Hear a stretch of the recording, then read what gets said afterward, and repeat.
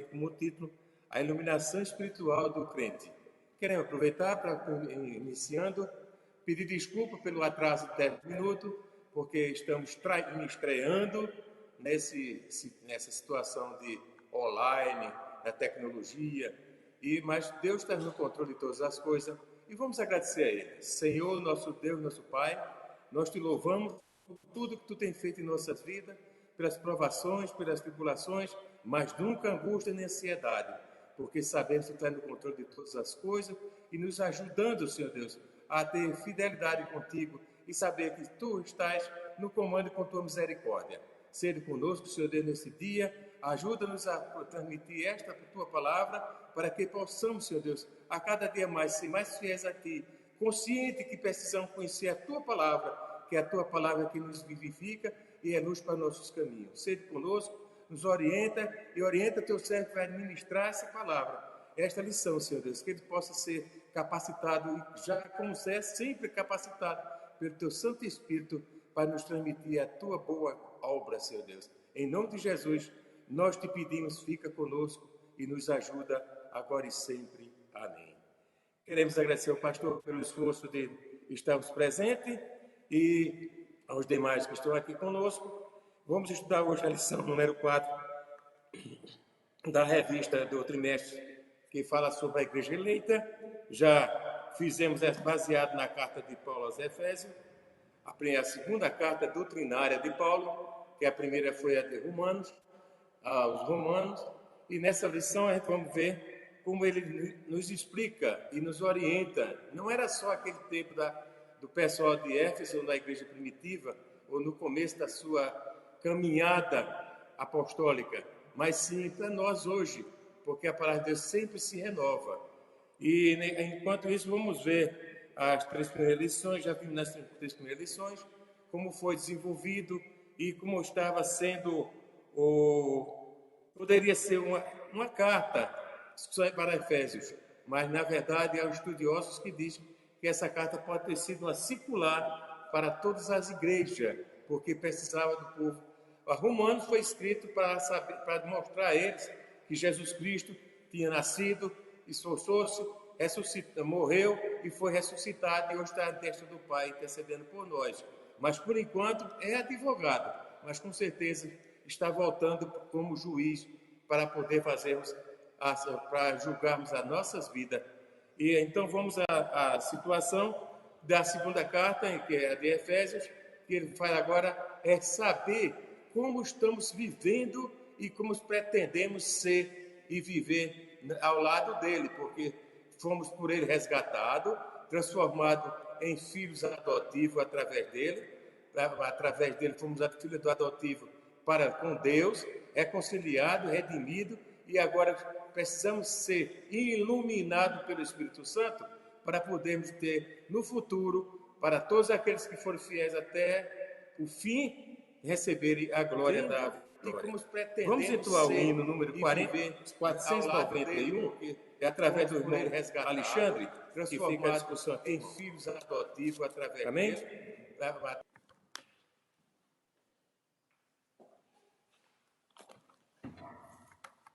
Saúde a todos com a paz do Senhor. Amém. Vamos louvar o Senhor 491 da nossa harpa cristã. 491, bem conhecido de todos. O teu pecado tu queres deixar, no sangue há poder, sim, há poder. Queres do mal a vitória ganhar, teu sangue tem este poder. Há poder, sim, força e vigor neste sangue de Jesus. Há poder, sim, no bom Salvador. Oh, confia no Cristo da cruz. Queres os vícios abandonar, no sangue há poder, sim, há poder. Confia em Cristo para te curar. Teu sangue tem esse poder. Há poder, sim, força e vigor neste sangue de Jesus. Há poder, sim, no bom Salvador. Oh, confia no Cristo da cruz. Oh, paralítico, queres andar? No sangue há poder, sim, há poder para fazer-te também caminhar. Seu sangue tem este poder. Há poder, sim, força e vigor neste sangue de Jesus. Há poder, sim, no bom Salvador. Oh, confia no Cristo da cruz. Queres pureza para o teu coração? No sangue há poder, sim, há poder, mais lealdade, mais consagração. Seu sangue tem este poder. Há poder, sim, força e vigor neste sangue de Jesus.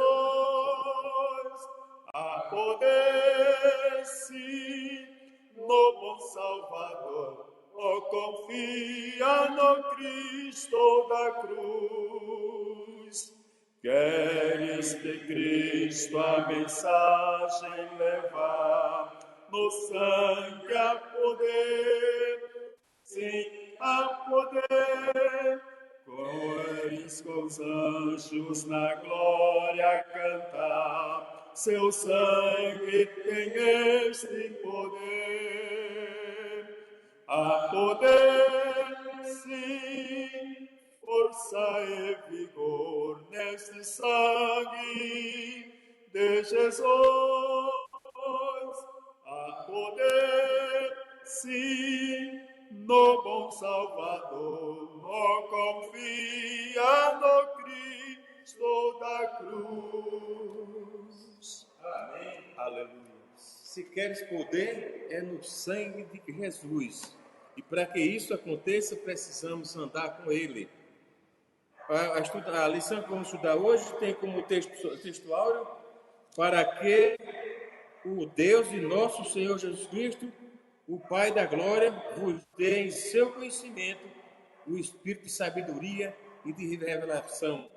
Efésios capítulo 1, versículo 17.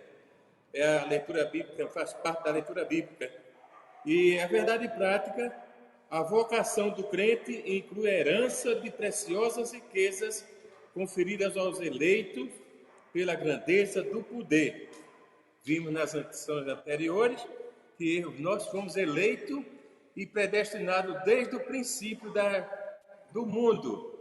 E vamos comentar também que Jesus Cristo foi o Cordeiro imaculado antes do princípio do mundo, porque Deus, como onisciente e onipresente, sabia dessa situação, que o homem ia cair e precisaria de ser resgatado. Deixamos a lição da leitura bíblica em classe para fazer os comentários através do desenvolvimento da lição, porque ela já está embutida nessa situação.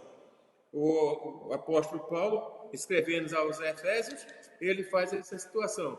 Primeiro ele ora, ele agradece, e vemos na introdução, quero dar um encaminhamento para o irmão Alexandre. Eu vou comentar a introdução, que a introdução é a leitura bíblica em classe. Paulo mostra o motivo, motivando aos cristãos a serem gratos a Deus por nos nos resgatar, ter misericórdia por seu amor, para que pudéssemos ser restaurados.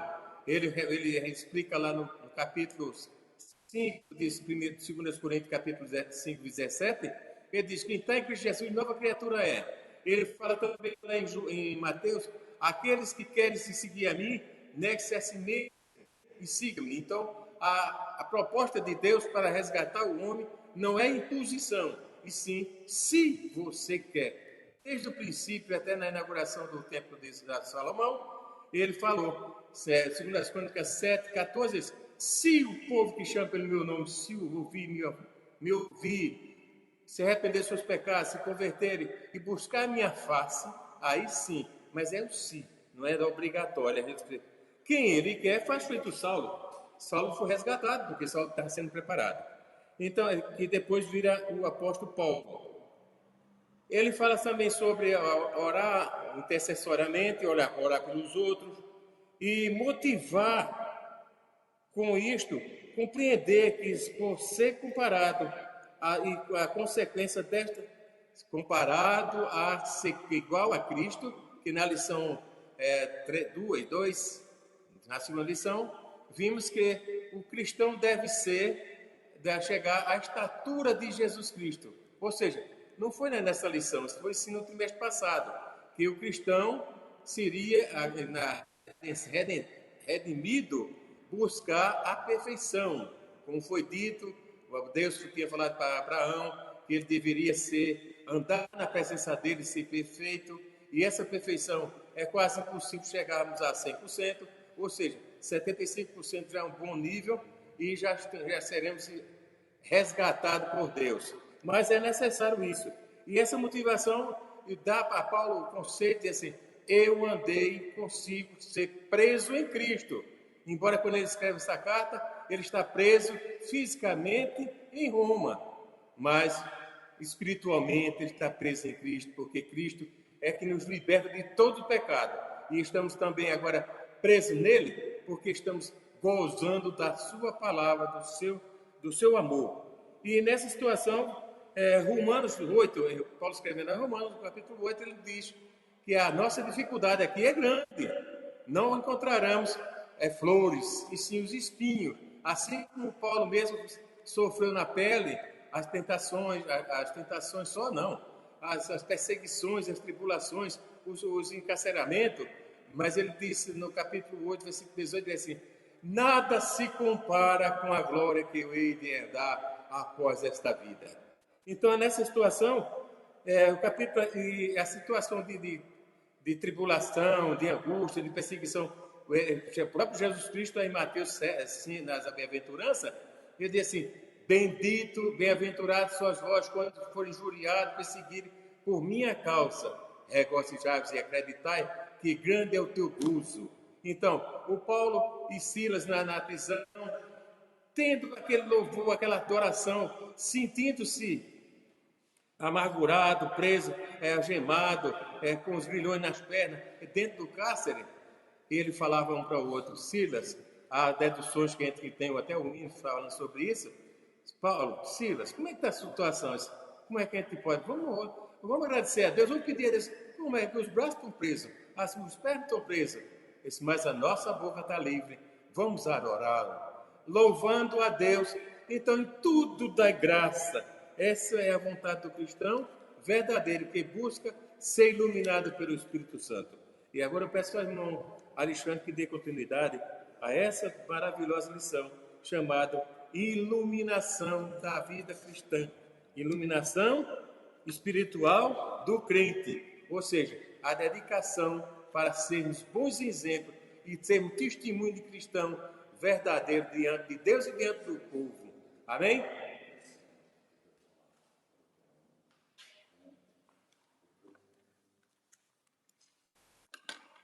Graças a Deus, irmãos, por essa rica oportunidade que o Senhor nos concede mais uma vez de estarmos juntos para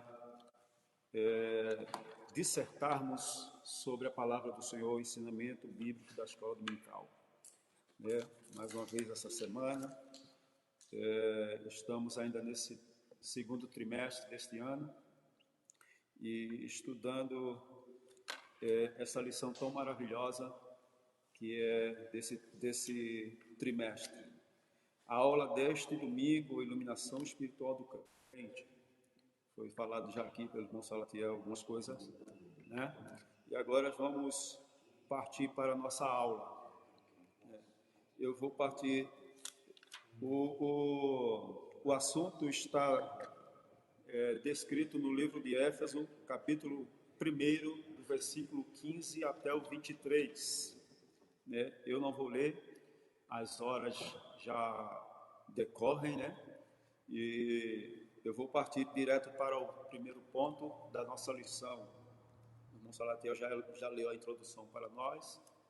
E vamos ver aqui o primeiro tópico: a esperança da vocação e as riquezas da glória, que é o primeiro ponto.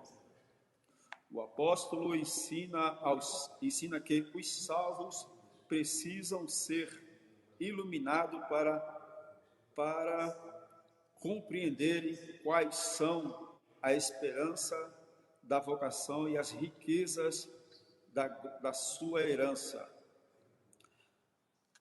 Ponto 1. Ação de graça, intercessão. O apóstolo se alegra em dar graças a Deus pela vida dos eleitos, por todas as bênçãos espirituais recebidas, tais como a eleição, a predestinação, a filiação e o dom do Espírito Santo. Ele intercede para que seja concedida aos seus leitores o espírito de sabedoria e de revelação. Paulo estava ciente de que quão maravilhoso é o Evangelho, mas ao mesmo tempo de quão impossível é alguém perceber a glória dessas boas novas sem ser ensinado por Deus. Então vemos aqui nesse primeiro ponto que sem ter o Espírito de Deus, sem ter uma iluminação, sem ter uma revelação divina, é quase que impossível para um ser humano comum, um homem sem Deus, por mais estudioso que ele seja, por mais intelectual que ele seja, sem o Espírito de Deus, ele compreender na íntegra, no mundo espiritual, o que a palavra de Deus quer dizer, né? Vemos aqui alguns versículos aqui, está no livro de 1 Coríntios, capítulo 2, versículo 14, Paulo diz que o homem natural não compreende as coisas de Deus, né? E as coisas de Deus, elas não são por vistas, por pensamentos humanos, por entendimento humano. São Deus, através do Espírito Santo, que nos faz compreendermos a sua palavra. Amém? Então, ele diz aqui, Paulo, quão maravilhoso é, né? E ao mesmo tempo, quão impossível é alguém perceber a glória dessas boas novas sem ser ensinado por Deus. Lembrando que Filipe, lá em Atos dos Apóstolos, no capítulo 8, versículo 30, ele foi levado para aquele lugar ali, naquele momento que ele estava ali, onde havia um homem lendo o livro de Isaías dentro de uma carruagem, e Filipe se aproxima daquele homem e pergunta para ele: você entende o que você está lendo? E ele disse: como posso entender se não tem quem me ensine? Veja que ele estava lendo a palavra de Deus e não estava entendendo nada, né? Aí Filipe subiu, ensinou para ele o que é que ele estava lendo, e ele aceitou a palavra de Deus, foi levado ao batismo por causa da luz, da revelação que chegou até ele através de Filipe, né? A Bíblia não fala, mas possivelmente depois disso ele recebeu o Espírito Santo e passou a compreender a palavra de Deus, assim como nós, né? Vemos muitos pastores na nossa época, quando aceitamos a Jesus lá no passado, lá atrás, tínhamos pastores, pessoas leigas, pessoas sem estudo, mal sabia soletrar o próprio nome, mas tem uma compreensão muito vasta, muito alongada da palavra de Deus, né? Eles conseguiam dissertar e entender a palavra de Deus com muita facilidade, porque o Espírito de Deus estava sobre sua vida, está sobre a nossa vida, e é esse Espírito de Deus que nos faz entender a sua palavra. Esse é o nosso primeiro ponto aqui, né? Na parte 1. Parte 2 aqui, a esperança da vocação. A esperança da vocação. Essa sua participação, essa sua petição a Deus, Paulo intercede para que o Espírito ilumine os crentes a fim de saber qual seja a esperança da sua vocação. Assim, eles seriam capazes de experimentar e conhecer profunda e espiritualmente os privilégios de serem vocacionados. Podemos dizer que tal esperança divide-se em pelo menos 3 aspectos. Primeiro, Deus chamou pessoas no passado, né? 2 Timóteo 1,9, ou seja, uma chamada em que ele teve a iniciativa por meio da eleição em Cristo, da qual fizemos parte. Então, vemos aqui que nós fomos chamados para sermos eleitos, já fomos eleitos bem antes, onde estudamos nos livros anteriores, nas aulas anteriores, sobre a eleição, que Cristo já tinha elegido antes da fundação do mundo, né? Então, através da eleição, ele nos fez que fizéssemos parte desse negócio, dessa maravilhosa vocação, a vocação do crente em servir, né, em ser fiel e outras mais que nós precisamos observar. E a chamada abrange o serviço e a santificação. Em João 15,16, ele descreve que não fosse vós que escolheste a mim, mas eu vos escolhi a vós. Então não foi você que escolheu, primeiro Deus te escolheu para você fazer parte deste negócio, para fazer parte da salvação, para fazer parte deste ministério no mundo espiritual. Aí neste contexto, ele não só chamou você para ficar sentado, para ficar como observador, mas te chamou para um serviço também. Ele chamou para que você fosse também fazer esta obra de transmissão da sua palavra, do ensinamento da sua palavra. Ele nos chamou para este negócio. Não somente eu, mas a você e a todos nós. Fomos chamados e vocacionados para fazermos a obra do Senhor. Amém? E a parte C, a participação gloriosa no futuro. Então, o futuro nos garante um galardão que é a vida eterna. A igreja, nós, como igreja, não andamos no mundo aleatoriamente, sem saber para onde nós vamos, nem de onde viemos. Nós sabemos de onde viemos e para onde nós iremos, porque Cristo nos prometeu isso. Ele disse: eu vou para o meu Pai e vou voltar, tá? Para levar vocês comigo, para que onde eu esteja, vocês estejam junto a mim. Então é uma promessa de Cristo que nós estaríamos com Ele para sempre. Esta é a glória no futuro que nos aguarda. Essa é a esperança que move a igreja, senão estaríamos andando aleatoriamente, né, como ovelhas sem pastor, como pessoas que não sabem o que fazer nem para onde vai. Mas a igreja tem essa esperança de um dia estar com Deus. É por isso que nós estamos aqui batalhando todo dia, lutando contra os nossos desejos, lutando contra as forças infernais da maldade, lutando contra o mundo. Estamos aí batalhando porque nós queremos um dia herdar esta promessa, que é uma promessa do futuro, como Paulo descreve aqui. E essa esperança que a igreja tem de morar no céu, conhecer a Deus, vê-lo face a face, é a esperança da igreja, tá? É por isso que nós estamos firmes aí, rejeitamos a iniquidade, rejeitando o pecado, né, tentando alcançar uma vida cada dia mais santificada, né, separada do mundo, para podermos herdarmos essa promessa de encontrarmos o Senhor um dia. Né? Ponto 3 diz: riqueza da glória da sua herança. Na oração, o apóstolo Paulo pede para que os crentes entendessem as riquezas da glória da sua herança.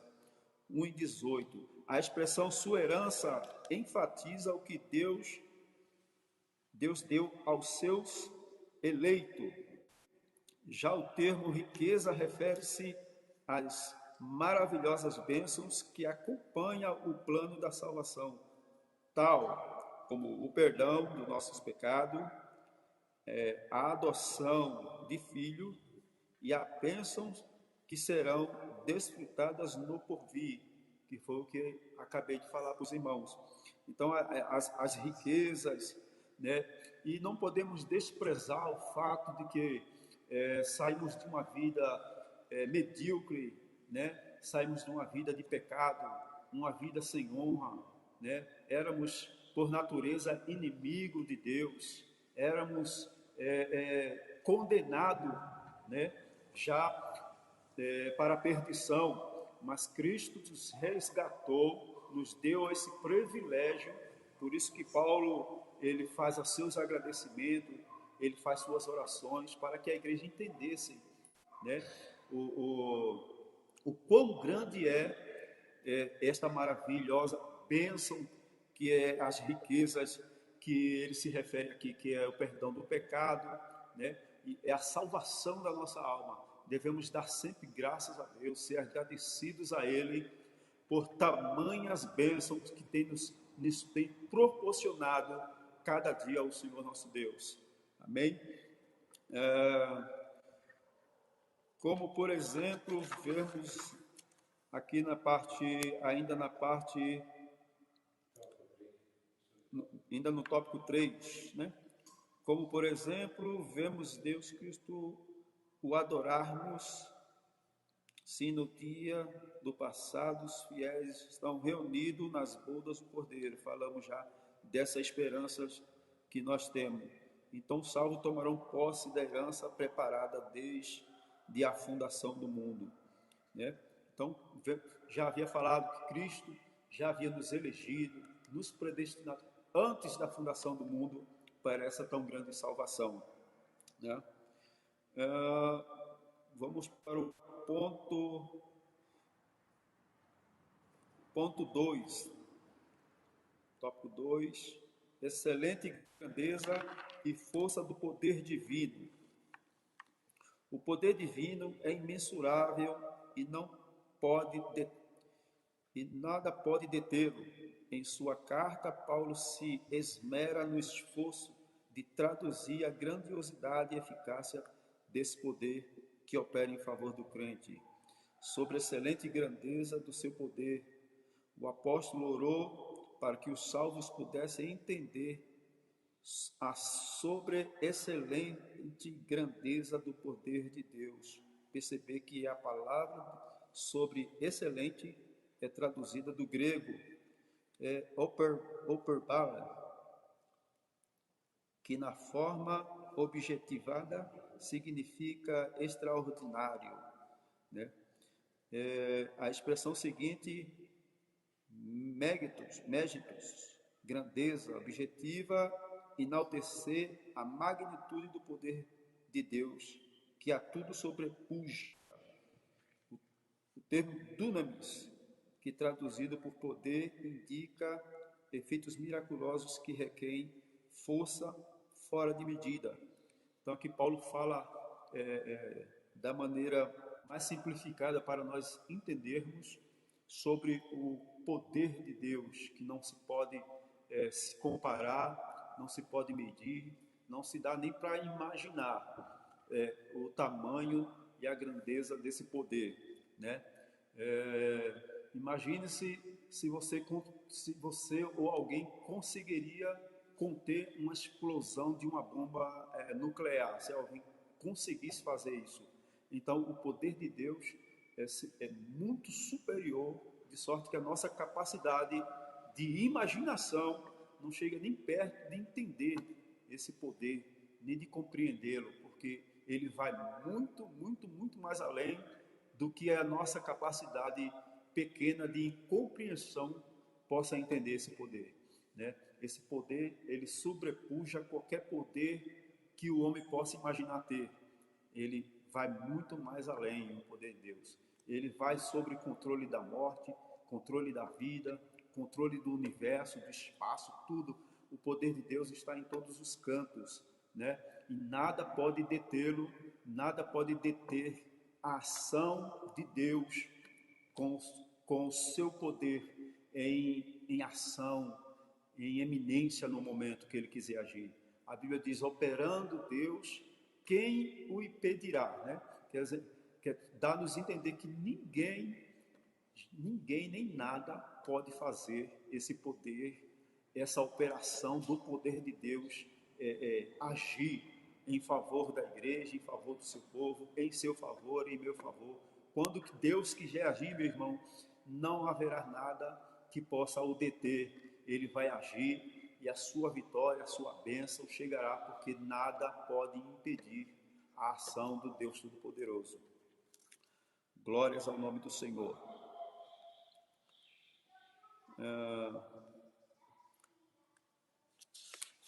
Vou passar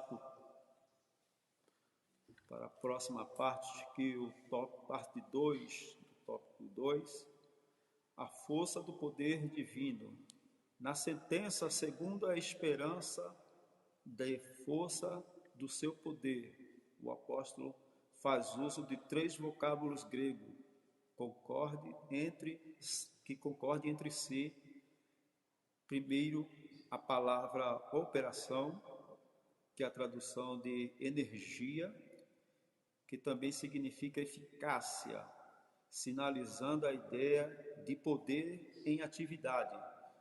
Veja bem, Colossenses 1:29. Segundo a expressão força, vem do termo kratos, que traz a ideia de intensidade, e finalmente ischus, que indica o poder inerente de Deus. Foi o que acabei de comentar com os irmãos, que esse poder não pode ser contido quando ele entra em movimento, quando ele entra em ação, né? A associação desses conceitos revela o poder potencial de Deus, que, inerente à sua natureza divina, opera em favor dos que creem. Para aprofundar essa impressionante descrição, Paulo representa 3 exemplos inefutáveis da força desse poder: a ressurreição de Cristo, sua ascensão à direita de Deus nos céus e a sua elevação acima de todos os domínios. Então, aqui está uns dos exemplos da manifestação desse poder de Deus. Uma delas foi fazer com que Cristo explodisse em vida. Quando morto lá, na sepultura lá, Cristo voltasse à vida. Isto é um poder que ninguém poderá operar. O homem pode fazer muitas coisas por aí, fazer clonagem e outras coisas, mas voltar a dar a vida a alguém que já partiu, ainda mais depois de 3 dias, é impossível qualquer ser humano, qualquer criatura executar uma maravilha, uma ação poderosa como essa. Só Deus, que tem o domínio sobre a vida e sobre a morte, é que poderia fazer. E a elevação de Cristo sobre todos os domínios. Então, todos os poderes terrenos ou não terrenos, no espaço, no universo, tudo está sujeito e dominado sobre Cristo. Cristo é que domina sobre todos esses poderes terrenos, né? Tudo está sob o domínio de Cristo.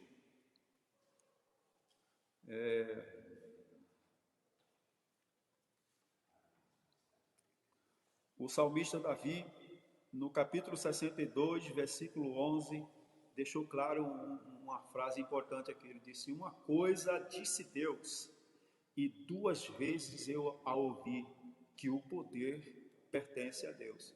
Então, Não existe outro ser ou criatura que detenha o poder, a não ser Deus. Como disse Davi aqui, uma coisa ele disse Deus e duas vezes eu a ouvi, que o poder pertence a Deus.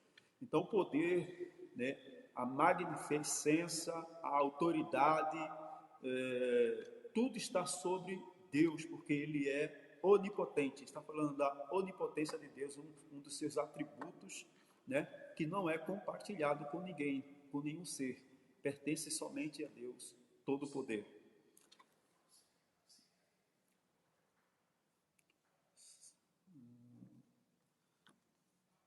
Subtópico 3, parte 1 em diante. Na introdução aqui, nesse ponto, veremos 3 aspectos da exaltação de Cristo que atestam a grandiosidade do poder de Deus, disponível também aos crentes.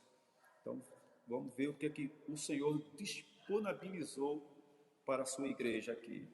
Primeiro, as primícias do que dormem. Cristo é as primícias dos que dormem. Paulo enfatiza que o poder de Deus se manifestou em Cristo, ressuscitando dos mortos. De fato, o Novo Testamento descreve a ressurreição de Cristo como obra do poder de Deus, Pai. Né? Atos 2, 24, 3, 26, 17, 31. Ao ressurgir dentre os mortos, Cristo foi feito as primícias dos que dormem. 1 Coríntios 15, 20 até o 22. Assim, sendo a ressurreição de Jesus, é a garantia de que seremos ressuscitados. Então, o fato de Jesus ter vencido a morte e ter ressurgido em vida, ele nos garante, através da sua ressurreição, que nós também seremos ressuscitados para um dia encontrá-los, né? Esta é uma promessa que ele fez no livro de Tessalonicenses 4,14.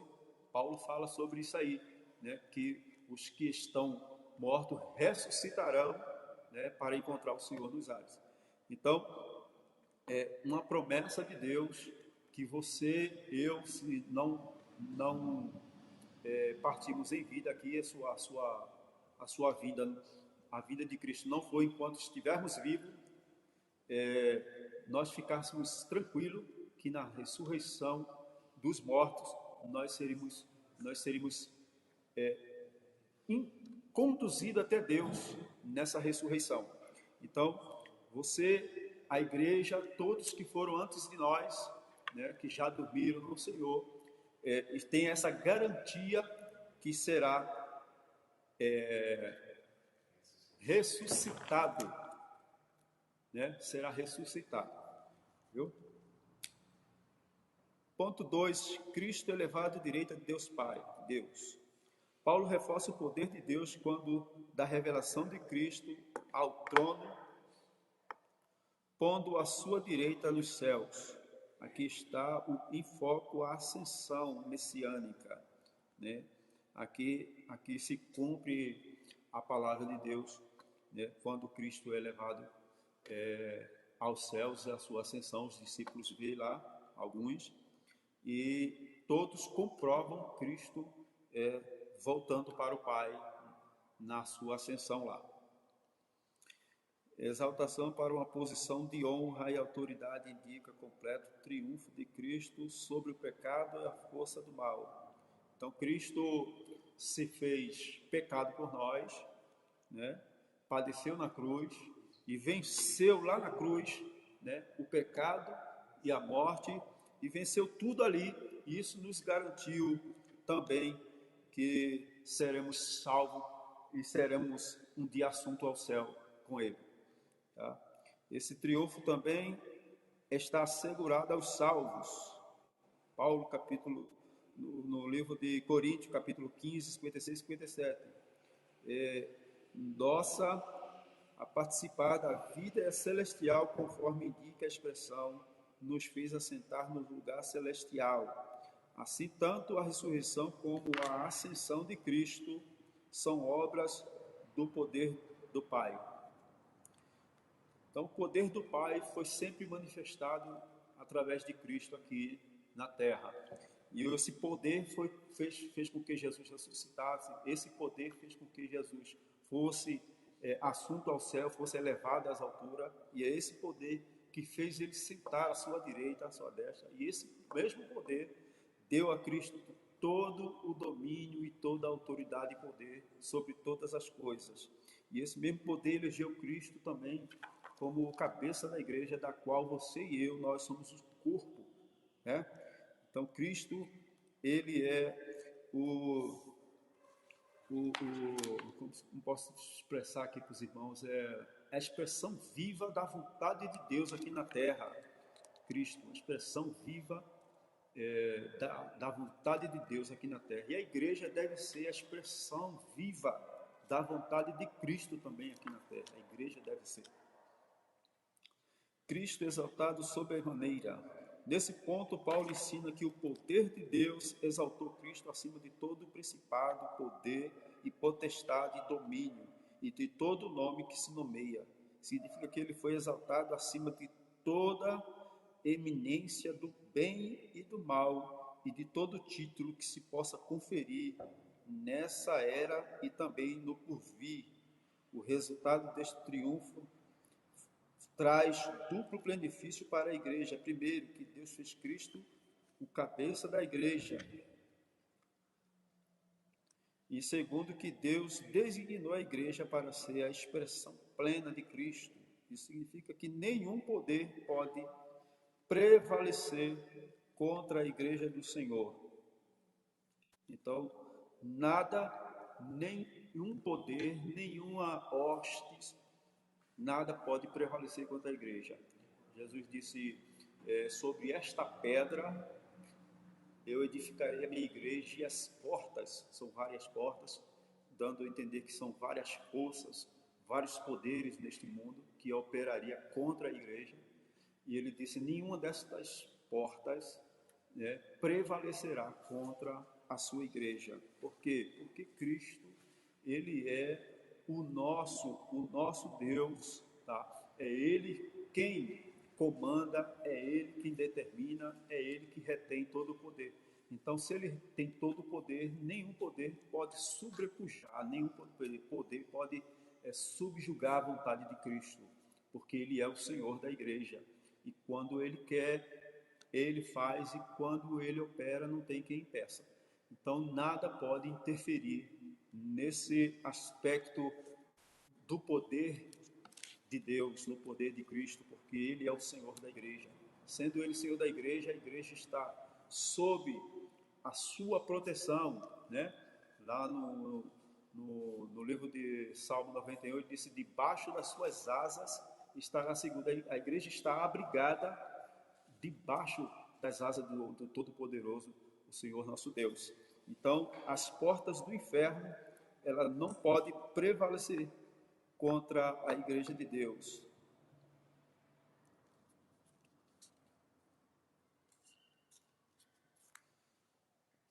Acho que eu fui bem rápido, né?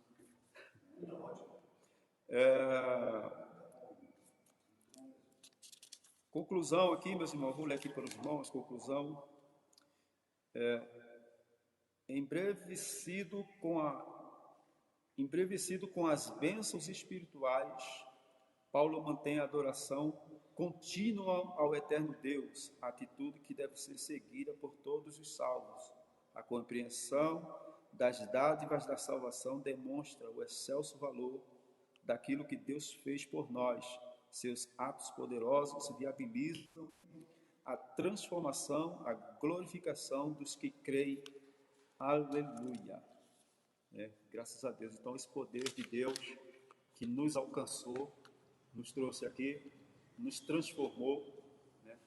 Trouxe-nos de uma vida medíocre, como já havia falado, uma vida indigna, de uma vida sem honra, e nos fez pessoas agora honradas e dignas, né? Pessoas que, quando Deus nos olha, ele vê a Cristo em nós, e isto faz com que nós estejamos habilitados como pessoas santas e irrepreensíveis, porque é este sangue É este poder de Cristo que nos envolve, que Deus enxerga quando olha para nós. A sua graça e a sua misericórdia nos alcança e nós recebemos do Senhor aquilo que às vezes pedimos, né?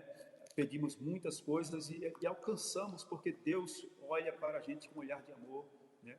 E faz com que a gente recebamos aquilo que nós pedimos por causa de Cristo, que Ele veio em nossa vida. Que Deus a todos os abençoe. Eu peço aos irmãos que me perdoem alguma coisa, se eu deixei de comentar algum assunto. Enfim, que Deus abençoe a todos, em nome do Senhor Jesus.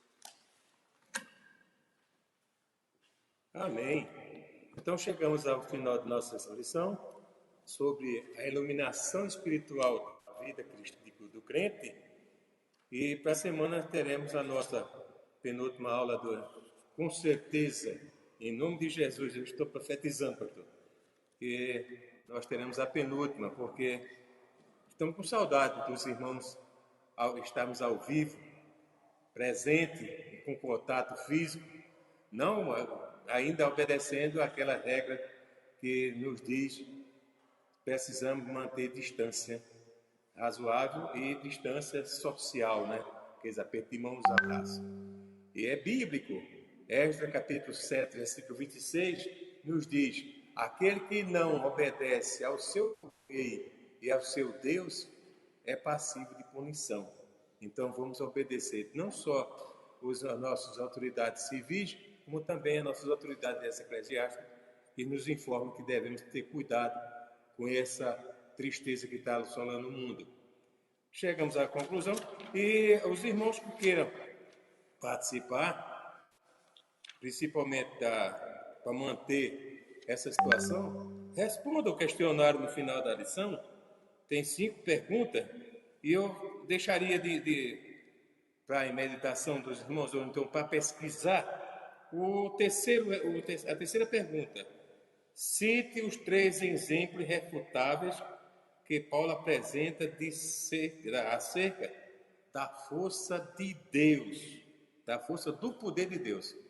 Deixa para os irmãos meditarem, porque eu tenho a resposta. Agora eu quero que os irmãos façam essa pesquisa e respondam, porque não vai encerrar essa nossa confraternização que foi prevista para o final de março, ainda está em pé. Então, Deus está preparando melhor para nós, porque sabemos que tudo que Ele faz e acontece de ruim é para beneficiar os que amam a Deus. Então, nós temos o irmão secretário da igreja, irmão Natan, que tem uma notícia boa para a gente comemorar hoje. E não sei se vai ter o bolo, mas pelo menos a gente vai com o bolo da vida espiritual nossa, na iluminação. Vamos agradecer a Deus por isso. Irmão Natan.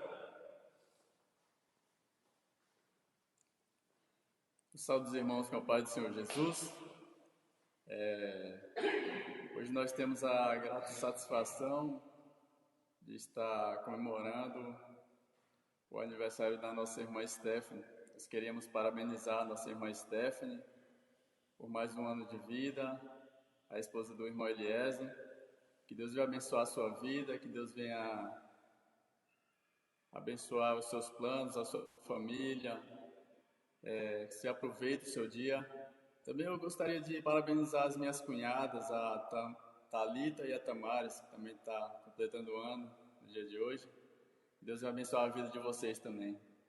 E queria aproveitar também para convidar os irmãos para estar conosco no nosso culto à noite, às 16 horas, às 18 horas. Que Deus tenha uma palavra para os nossos corações. Que Deus venha abençoar as nossas vidas.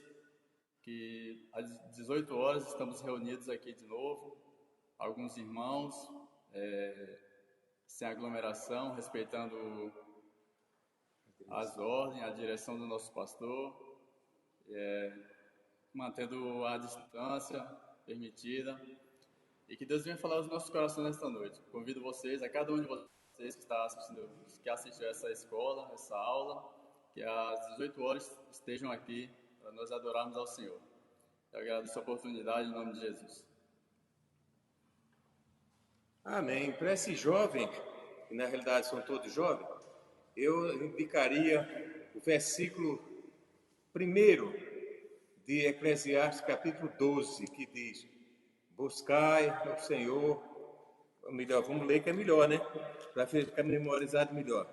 Eclesiastes, capítulo 12, versículo 1, que é muito enfático em dizer que a gente precisa de adorar a Deus, não é só na velhice, e sim no tempo da mocidade. Lembra-te do teu Criador no dia da tua mocidade, antes que venham os maus dias e cheguem os anos dos quais venha dizer: não tenho neles contentamento. Quer dizer, no princípio tudo é flores, mas se a gente conservar a nossa saúde, principalmente a nossa saúde com Deus, que é o principal objetivo, quando ele fala lá em Mateus 6,33, que diz: buscar o reino de Deus e sua justiça, e as demais coisas vão ser acrescentadas, então estaremos também acrescentando nossos dias com vigor para adorá-lo e servir. Eu queria pedir ao irmão Alexandre, já que terminou a aula, ele também orasse, agora finalizando nossa lição. Amém, pastor?